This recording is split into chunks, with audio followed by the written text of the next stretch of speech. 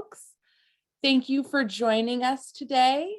My name is Caitlin Donnelly. I'm the Program Director for Nonprofit Vote, and I will be presenting today's webinar on comprehensive voter engagement.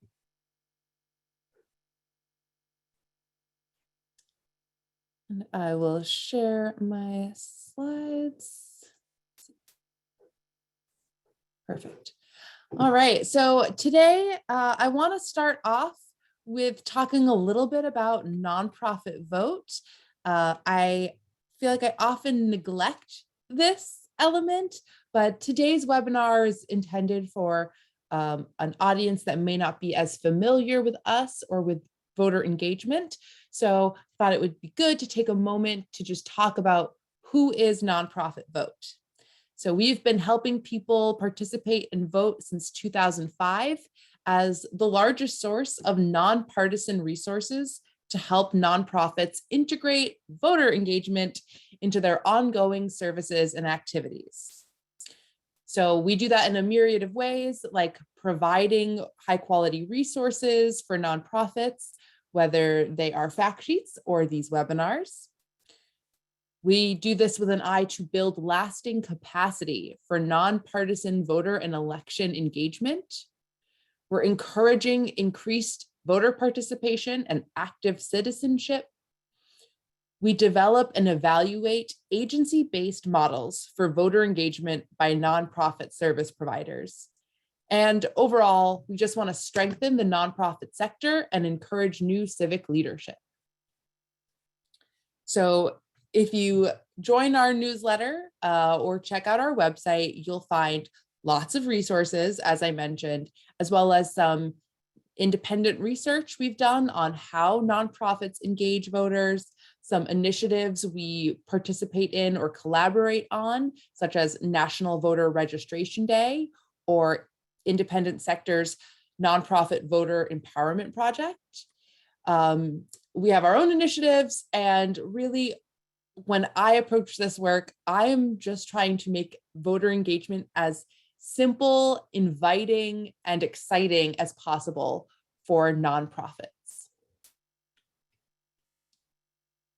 So what are we going to cover today? First, we'll look at what is comprehensive voter engagement. What do I mean by that word or that phrase? Then we'll talk about setting the foundation for a voter engagement program. We'll have a quiz about paper or digital strategies. Then talk about resources designed to fit your needs. We'll talk about training staff and volunteers. A quick word on the sustainability of our movement and voter engagement. And lastly, Q&A. So there are some really important voter engagement topics that I am not going to address here that we have gone in depth in other webinars and trainings. So if you want to dive deep into staying nonpartisan and the rules for 501c3 organizations, we have that. If you want to focus really on the ins and outs of a voter registration drive, we have a webinar on that. One all about voter guides that we just did a couple weeks ago with some great guests. So you can provide your voters with good, unbiased information about the candidates and ballot measures that will appear on their ballot. And also about nonprofit power, how we as a sector and as nonprofits positively impact voter turnout rates.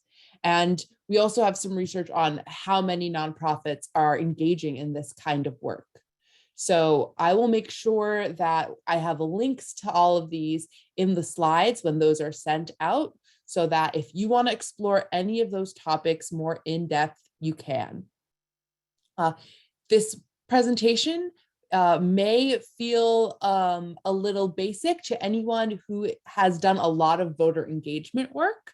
If you are very experienced and you're here, welcome, glad to have you. And if you don't get the most out of this presentation, please pass it along to someone who is maybe earlier in their journey and just starting to think about voter engagement or is interested in going a step further than voter registration. And that's really what I mean by comprehensive voter engagement. So really going a step beyond voter registration, which is so important, and so many nonprofits start there, and it's a perfectly sensible starting point, but there's so much more we can do and ways we can be much more effective than a single one-off registration event. So to pair with your voter registration activities, what are the other wraparound supports that a voter needs in order to really cast their ballot? How can we make our messages consistent, repeated, making visible that voting is important to our organization, setting that tone that we care about voter engagement, we care about the voices of the people we serve. We want to engage them as voters and active participants in our democracy, and that we do that, again, in a way that is consistent, repeated. It's not a one-off.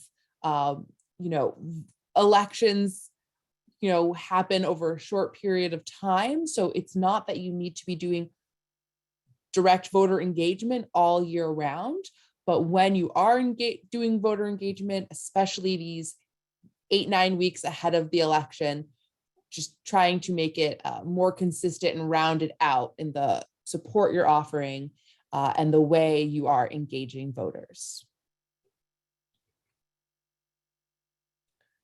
So first, we'll talk a little bit about setting the foundation. So what do you need to know about a successful nonpartisan voter engagement project before you get started?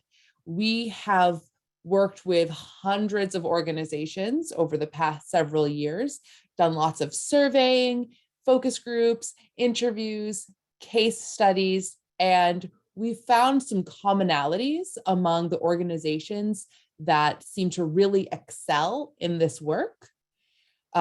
We've been asked, is our food pantries better at this? Our healthcare centers, our after-school programs? We're still looking into those questions, but I think what we lay out here are things that can apply to any kind of nonprofit, no matter what your services are or the mission that you have. And it's really focused around two things, this foundation. It's motivation, and then what you're going in with for your implementation. So in terms of motivation, you want to have a motivated staff and organization. And the way you can do that is really tying this to client empowerment and how you are empowering the people you serve to hold their elected officials accountable, to have their voice heard, to play a leadership role in their community by being a civic leader and a voter. You also want to align voter engagement to your mission. So not only are you having good outcomes for the individuals who you engage as voters, and that nonprofit power report I referenced shows with data what that impact really is, you want to tie it to how your organization is achieving its mission. So how are you improving quality of life overall for your community? And a lot of nonprofits say that it's a step forward in the path of having elected officials that are paying attention to the voters they serve, noticing them, catering to their needs, and involving them more in governance. So if you can find that mission alignment, even if civic engagement is not what you do year round and you have some other issue or focus that takes up most of your time, how does voting really advance that? You want to engage stakeholders. So are there partners of your organization, the clients that you serve, are you engaging them as stakeholders in some way? Can include your staff, volunteers, really talk with them about what is motivating you, both the client empowerment and the mission alignment, and hear what they have to say about voter engagement and why it's necessary and how it should be approached. And last, I do want to especially call out staff and that we need to support our nonprofit staff in voting. This is a really good starting place if you are just, this is your first time engaging voters. I think that when we focus on our staff as well as voters, that they also need registration, education, reminders of the importance of voting and those logistical details, and that we center their experience as well. That will make them in turn better at engaging voters during the course of their work. So even the staff who aren't maybe voter facing, whether they're in your communications department or fundraising and development, don't overlook the staff. Make sure that they are feeling supported. One way you can do that is by offering them paid time off to vote. We have a nonprofit staff vote initiative about that. Many states require paid time off to vote, so you can uplift your policy if you have one because your state requires it. And if your state doesn't require paid time off, you can go that step in showing your commitment to democracy that way. So once you're all motivated, you need a good implementation. And I think that first of all starts with a designated point person, someone who can really champion these efforts and maybe play a coordinating role between, if you have a larger organization that has some strong digital communications channels, as well as people who are, working with members of your community and clients face to face. Someone who can sort of liaise with all those folks. Ideally, this person has a lot of passion for voter engagement, is well organized, and can pay some good attention to detail, especially when it comes to paperwork or staying nonpartisan. The next piece of advice I always give organizations is to rely on your existing services and your existing interactions with voters. I think many nonprofits, when they hear me ask them to do voter engagement, they immediately jump to the idea of sending out a team to do canvassing and door knocking in the neighborhood, or creating some new piece of work.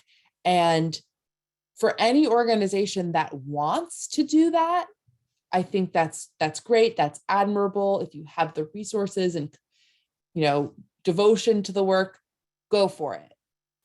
But for our nonprofits who couldn't possibly take on a whole other big project, really look to the small opportunities you have to integrate voting into your existing services. It can be as small as posters in a highly trafficked area that lead people to where they can get more information about voting, to having caseworkers make this a check-in item that they have when they meet with clients. There's many ways to do this, but have it fit into something that people are already doing or clients are already coming to see you, because that is going to be more effective, plus a lot easier on you. Lastly, we do find a lot of success with active tabling, whether it's a community event or in your crowded lobby. Active tabling, and that means proactively initiating with voters, is a really successful tactic. It does tend to work better than passive information sharing. If you need to start with the more passive forms of voter engagement, like simply making it visible, and work your way up to a more active engagement, that's fine. Just know that we see that as sort of a gold standard, where you are really proactively asking voters, how you can help them vote and if they understand the importance of their vote. So I want to take just a moment to show this case study on this one organization that we worked with in partnership with Democracy North Carolina. Manna Food Bank is based in Asheville, and they are just a really great organization. I'm not going to play the entire clip for you, so just know there is going to be a little more if you have that interest.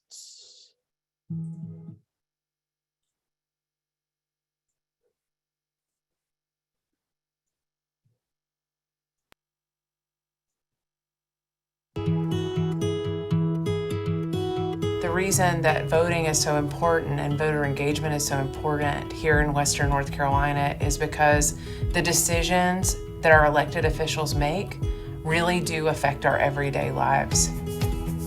That's why we're so interested in voter engagement. We want to make sure that all of us are making decisions together in our democracy to make our lives better for everybody.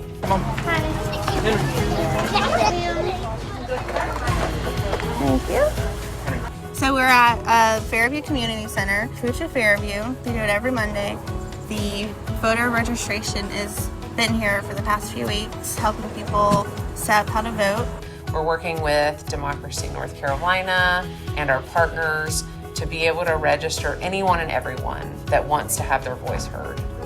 We're really excited to be working with Manna Food Bank. They have a lot of partner agencies across Western NC. I just spoke with a man who was in his 60s that's never voted before, and this will be his first time registering. And what's your physical address where you sleep at night? I'm 63 years old. I've never voted in my life. Finding the time to go register to vote, finding a place to do it is sometimes a problem because it's not always right there. You have voter registration at the DMV, you have voter registration at a number of different places. This is just one that we think that we're reaching a population of folks that are important to us. If you don't vote, everything's decided for you. The people who are in charge of food policy were elected into office, and they do have to answer to us as voters, but they're not really going to listen to us if we're not registered and organized. What I find is that when our elected officials are more well-informed and when the voting population is more well-informed, then we just do make better decisions together.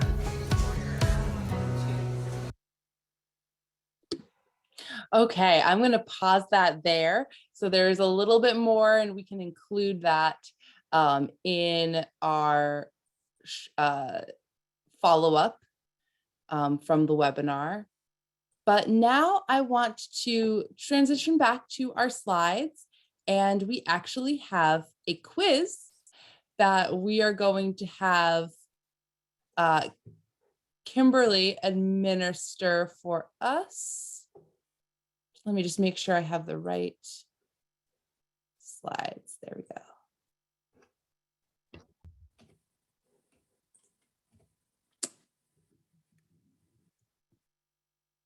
Okay, thank you, Caitlin. So good afternoon and good morning to everyone joining us today. We're very happy you're here with us. So we're going to do something a little bit different, have a bit of an interactive quiz.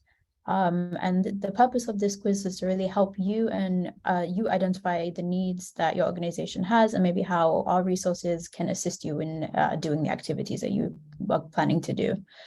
So Caitlin, if you could skip to the next slide.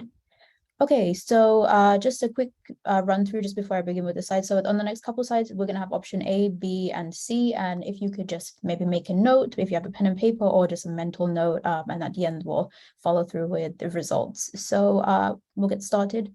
So the most importantly, who are you trying to reach? So option A, if you're trying to reach low-income voters, those without state IDs, older voters, or voters who use your services, choose option A.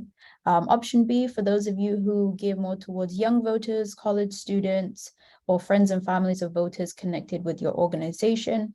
And lastly, option C, for those of you who align more with registering your staff, volunteers, or supporters of your organization or causes, or voters who maybe speak English as a second language, so speak English and assist with resources in that regard. So, yep, next slide. Where or how do you interact with these people? So again, option A, you interact with them in person when providing services, either at your organization, a client's home, or a recurring venue. Option B, in person at community events while door knocking, maybe at a neighborhood hotspot like a bus station, a grocery store, or public park. And option C, maybe you take more of a online communications approach. So it would be through your website, your newsletter, social media outreach, specifically like Twitter, Facebook, or within that sort of vein, text campaigns or phone calls. And then, okay, great. And then on this slide, we're going to think about what the strengths and limitations of our organizations are. So again, option A, strength of your organization, you're good at walking clients through paperwork. You have a waiting area, or your staff and clients have access to a one-on-one time. Maybe your limitations do include internet service in your area is a little unreliable, or your staff is less comfortable with using these digital platforms. Option 2, your organization's strength more so aligned with facing voters or volunteers who can wear voting swag like buttons, stickers, lanyards, but your limitations maybe include staff or volunteers are too busy to assist voters with these one-on-one arrangements, and also trying to minimize close interactions for health and safety reasons. And then lastly, option C, maybe your staff is tech savvy, your volunteers also very tech savvy in that regard too, access to the large social media following or audience of influencers, but your limitations are that there are restrictions on who can conduct voter registration in your state, or you really have in-person interactions with voters. So now what I'm going to do is I'm going to launch a quick poll, and I want you to choose the option that you mostly have been aligning with. So it's totally fine if maybe you identify more with B's and C's or a bit of a mix, but I'll give everyone just a couple, maybe like a minute or so to choose. So initially I'm seeing mostly A's, pretty good mix of B's. Yeah, so I'll just keep this running. Pretty interesting just seeing the results come in. I'll present them so everyone can see in just a moment, but it looks like there's a nice mix of mostly A's and B's, which is interesting. But like I said, we have some resources on the next couple of slides to help you out with that. So I might give this maybe just another couple of seconds, just to get maybe half of participants doing the poll. Okay, great, we've hit 50%. So I'm gonna present it to everyone. So as you'll see, a pretty nice mix, pretty good between A and B. So we've got what, 42% at A, 48% at B, and then 11% at C. So I'll stop sharing this, and then Caitlin, if you can go to the next slide. Great, so here's the results. So within that, if you mostly chose A, option A, we recommend trying to use a paper-based strategy. So your staff and voters may have the best luck doing it more so old-fashioned with the pen and paper. Your organization is good at developing relationships with your local election office, and maybe consider the League of Women Voters who may be able to assist you in voter registration forms, training, and volunteers. If you chose B, or maybe you identify more with a healthy mix between all three of these options, we suggest consider blending organization. And what we mean by that is digital components, having your in-person efforts by putting links and QR codes on your materials, such as your lanyard cards, maybe other postcards you have too, so voters can engage with their own devices. Having pen and paper in hand for internet what access is a little bit spotty when devices aren't working, or voter feels more comfortable filling out pen and paper form. And then finally, if you chose mostly C, we suggest focusing on digital communications. So relying mostly on your state's website for information to uplift voter registration guides, online guides, and to motivational apps. There's plenty of content to share. Thank you, Kimberly. Thank you too, guys. All right. So as Kimberly said, we do have materials that can help with whichever strategy is going to work best for you. So if you are doing a lot of paper-based, apologies that this is a tad blurry, but we have lots of printable materials on our website. So we have created signage to help you draw people's eye that you are having a voter registration table, or you have registration forms available. We have new stickers in both English and Spanish, and we've created a poster that is a guide to filling out the National Voter Registration Form. Every state is required to accept the National Registration Form, so you can use that with this poster, or if you want to get your state's voter registration form, you can also access that from our website, and you can use that and send it directly to your elections office as well. So these are some of our more voter-facing materials, right? To try to make voting more visible. We also have materials that are going to work well for your staff, and they are mostly designed to be printable. So if staff need to have them printed out at their desks, or if they're going to go out to a community event, or deliver services sort of on the road, they can refer back to these materials.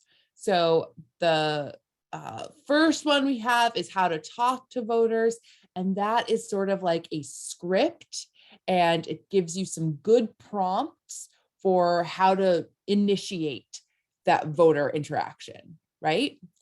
Then we have an active listening tool, and if I pulled it up here, it would be shaped almost like a placemat, and it gives you a bunch of common responses that people hear from voters, especially folks who are hesitant or maybe not sure that they want to engage with your services, right? They're saying that they're too busy, or their vote doesn't matter, or they're not sure they're eligible. Well, we've got sample responses, and it's designed to help move you through that interaction in a way that is very respectful, that affirms voters, and really listens to their own concerns. And it pairs really well with our Why Vote tool, which is very much inspired by the Right Question Institute's Why Vote tool. Ours focuses a lot on services that may be important to your organization and important to the voters that you serve. And so it's a worksheet that you could print out, and you could sort of laminate it and reuse it, or you could print it out like a handout to give to voters. And that could be used during classes or programming or some sort of group discussion, as well as a one-on-one interaction. We also have our Voting in Your State portal. That's going to take you to all the printable forms you need from your state for voter registration and applying to vote by mail if your state requires an application to do so. We also have fact sheets for many states. I think in the next 2 weeks, we'll have about 30 states with a state-specific updated for 2022 fact sheet on how to vote and eligibility. We also have access to voter registration guides that are really about hosting voter registration drives, what you need to know to comply with state rules around any training that might be required, if you need to fill out anything because you've assisted a voter, or what the turnaround time is for getting completed forms back. So like I said, most of these things are all printable so that you can take them with you. There are a lot of great places to find similar information in a much more digital first way. So we've tried to make it easy so it's shareable as a PDF, printable, and easily accessible whenever you need it.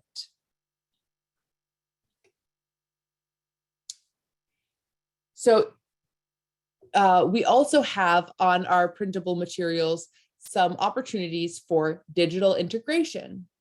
So we have a lanyard card. This is very much inspired by Vote ER and their lanyard card model they use with healthcare providers. So we've created something very similar that staff can use So it's easy to wear and easy to sort of start an interaction with a voter. We've preloaded it with our own link tree. You can use the vanity URL nonprofitvoter.org to find it. And on this page, voters can pledge to vote, including signing up for reminders. We will send voters who sign up using our pledge in this portal with one text election reminder if they want one, to just remind them that, you know, it's election time and time for them to vote. They can use this portal to check their registration status. They can register to vote. However, if they don't have a state issued ID, they may need to print, sign, and send in a paper form. It varies from state to state whether voters can register without a state issued ID number. Voters can look up their polling location, apply to vote by mail, and we'll also have some links about voter ID and finding information about what's on your ballot. This was all very easy for us to set up, and we welcome you to use our nonprofitvoter.org portal. We also welcome you to create your own. Linktree is very easy to use. These kinds of information are listed on the slide are some of the buttons and links that you might want to provide, as well as, you know, links to your own website or to other opportunities or initiatives you might want people to get involved in. But this is something that is pretty simple that you can try if you want to really customize this. Both the lanyard card and a business size card we created are preloaded with our QR code, but you could definitely, you know, take that as a template, put your own QR code, put your own logos on there. So you can use them as is or as inspiration.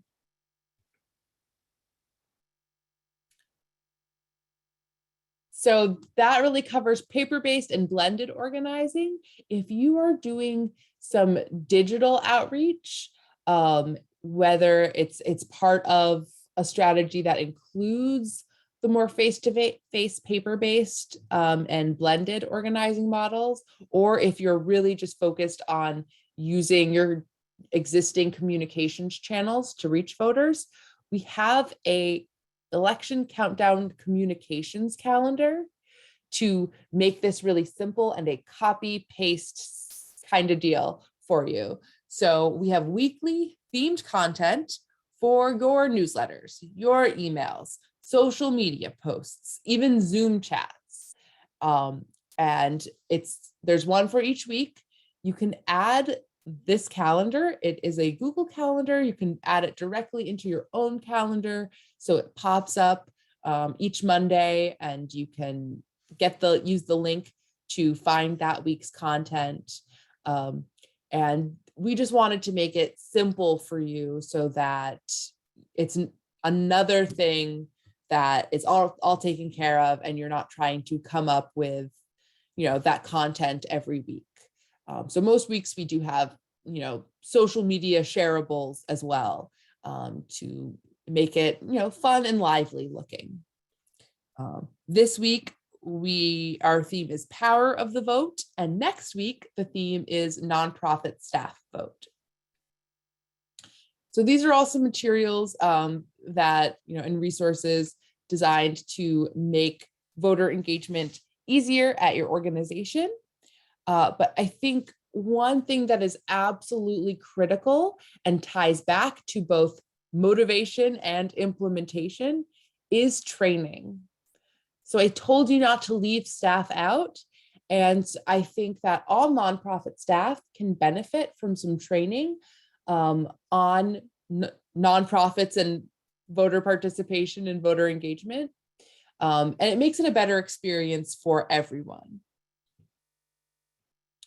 So what kinds of topics should you address if you are going to train your staff or volunteers on voting? it comes back to the strategy you're going to use. So I think really the 4 basic topics that you might address include the importance of voting, including your organization's motivation for getting involved, nonpartisanship, so what your organization can do and what staff can say. I think that's really important no matter what strategy you're doing, and maybe even if you're not doing that much voter engagement, it's good for your staff to know what is and isn't allowed. Same with basic rules and procedures for voting in your state. So some of that information you might find on one of our state fact sheets about who is eligible, about what is the process to apply for a mail ballot, what dates are early voting open. So familiarize them with this information. They may not memorize it, but familiarize them and make sure they know where to get more of that information if there are questions. So whether that's our website or your state's election website or vote411.org also collects that information in a really navigable way. And lastly, filling out voter registration forms. So if you are paper-based and you have staff or volunteers who are going to be talking one-on-one to voters or right face-to-face with voters and asking them, to update their registration and, taking that form for them, definitely want to know how that form works and be able to catch mistakes. If you're doing blended and especially focusing more on voters registering through your online portal or pledging, you may not need as much of the registration form, but basic rules and procedures are really good. And then if you're just focusing on digital, I think it's still very worthwhile to talk to the staff involved, as well as your staff in general, about the importance of voting and nonpartisanship. When you do a training, I think it's really best if you can do an in-person training, if that is how staff or volunteers will encounter voters. That makes it much easier to do role plays as well, which is definitely strongly recommended to sort of work the kinks out, get a little more comfortable engaging voters. I recommend you set aside about 30 to 60 minutes to cover all the content and give people ample time for questions. Review the registration form if you are doing paper-based. You may want to reach out to your elections office. They may have someone who would be willing to provide a training, or they may have slides and a presentation already prepackaged that you can use so that you're not reinventing the wheel. Lastly, work in groups on common scenarios and responses. So I'm going to pull up some slides from a partner of ours. So I have to shout out to Alex McHenry from Community Resource Center, the participation project there. She has given me so much insight into the way she trains both nonprofit staff and organizers that are tasked with doing voter registration and voter engagement at nonprofit organizations. And she uses a lot of the materials that I referenced earlier.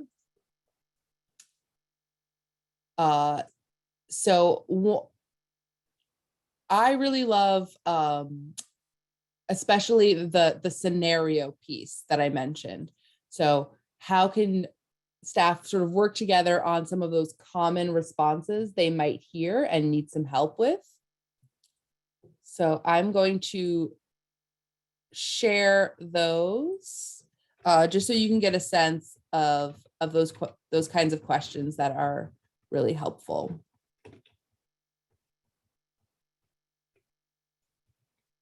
Okay. Let's see.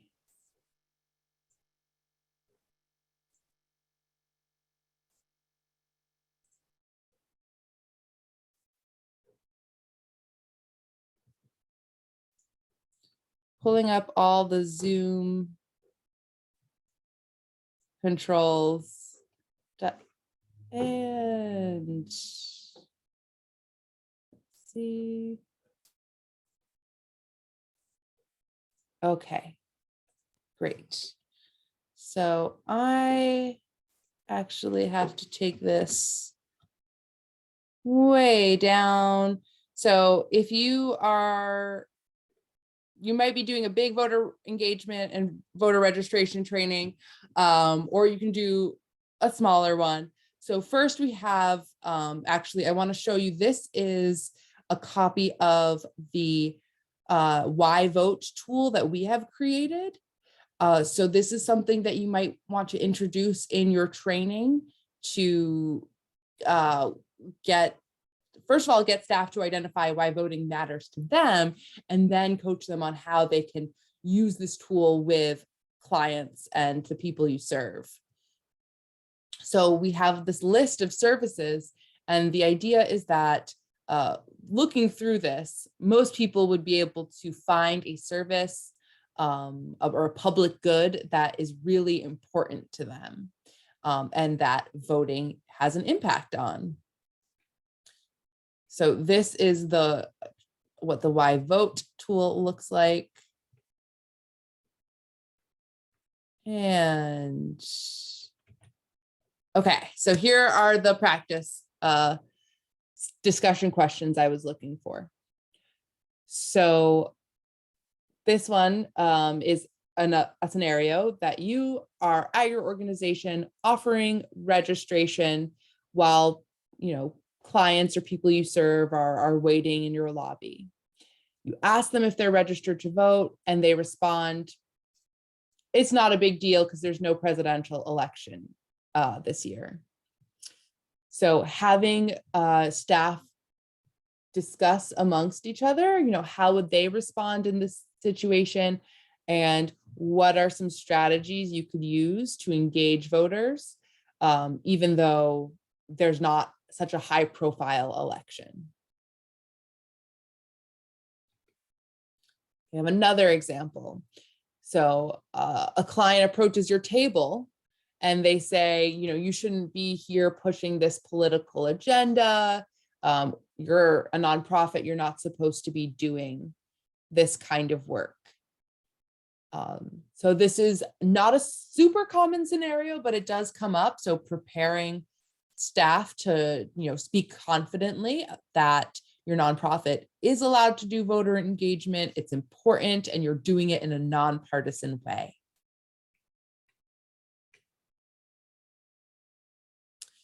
And I really like this one. You're registering prospective voters as they wait in line for a food distribution event, and a participant says, I have a record, they have a felony conviction, they told me I lost my right to vote. How do you handle that situation? And Alex has great questions here. How do you discuss this in a non-judgmental way, something that is affirming to the voter? What might you say next? What would you not want to say? And there are situations like this that, and your staff probably won't know whether it's true that they really are ineligible, because, varying state rules can be very confusing in this regard. And in the moment, they may not know, if that's true or not, but they can, there are going to be clients and community members who are ineligible for some reason, either because of a record or maybe they are don't have citizenship status. So really preparing your staff to engage with clients in a respectful way, even if they turn them down. So doing this discussion and scenario sort of breakout groups and working together pairs nicely with the printable materials I referenced earlier. It's really nice to engage with these kinds of questions and not just read about them. Okay, so we are nearing the end. And the last thing that I really wanted to bring up is about sustainability.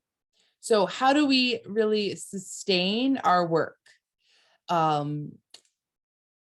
Especially in light of how divisive politics feel right now, and in spite of political realities that may feel unfair.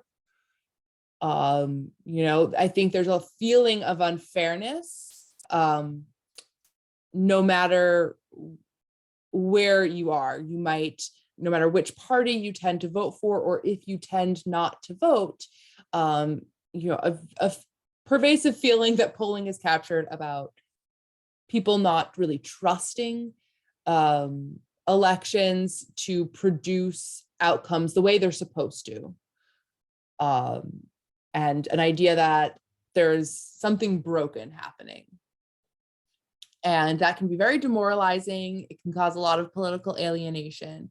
So as nonprofits, I think it is really important to come together as a sector and internally at our organizations to allow people to express, frustration if they have it, and work collectively on solutions. And I think engaging voters, you might have a couple tough interactions, people who are not eligible, people who don't really see the point in what you're doing, but most every partner that we've worked with has some really moving anecdote about helping a voter who thought they had lost their right to vote or had never voted before, or is thinks they won't be able to vote because they don't have the voter ID they need. And there's help out there for them to get that voter ID, or maybe they didn't even realize state law changed and now they don't have to provide one. So if you can find those ways of being helpful and making voters feel empowered and really look to those experiences, highlight them, share them with each other, I think that is really important to sustaining our motivation for this work. And the other piece is being really honest about strategies and what is working and what isn't. It's okay to find new ways to do things. We are constantly innovating our materials. So if you use any of our materials and you have feedback for us, something didn't work or something is missing that you really needed and would have been useful, that is feedback we definitely want to hear, because we want to make this work well for you and learn together. We won't achieve a perfect democracy today or even tomorrow, or maybe not for many presidential cycles, but we can be moving towards that. And I think that's very important to remember, that we are creating change, even if it's small, when it looks small to us right now. So I believe we got a couple questions. We made sure so Kimberly's been monitoring the question box. Thank you. So I'm really happy to answer any questions that anyone has. I think most of you are probably just anxious to get the follow-up email that will have all the materials that we listed, so that you can start integrating them. They are all on our website, and Kimberly has put the links in the chat. So you can see everything we've added in there, but we'll sort of package it together for your convenience, and so that you can share it around with any other organizations. I will say that we are available to do more trainings on more specific topics, especially for nonprofit councils or coalitions, especially if you can, bring together several nonprofit organizations. we'd be happy to come and provide some training, encouragement, technical assistance, whatever you need.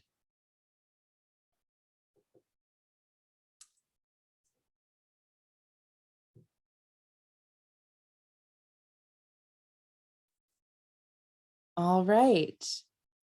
Well, I really appreciate everyone who attended. We'll have, I think, 1 or 2 more webinars this year.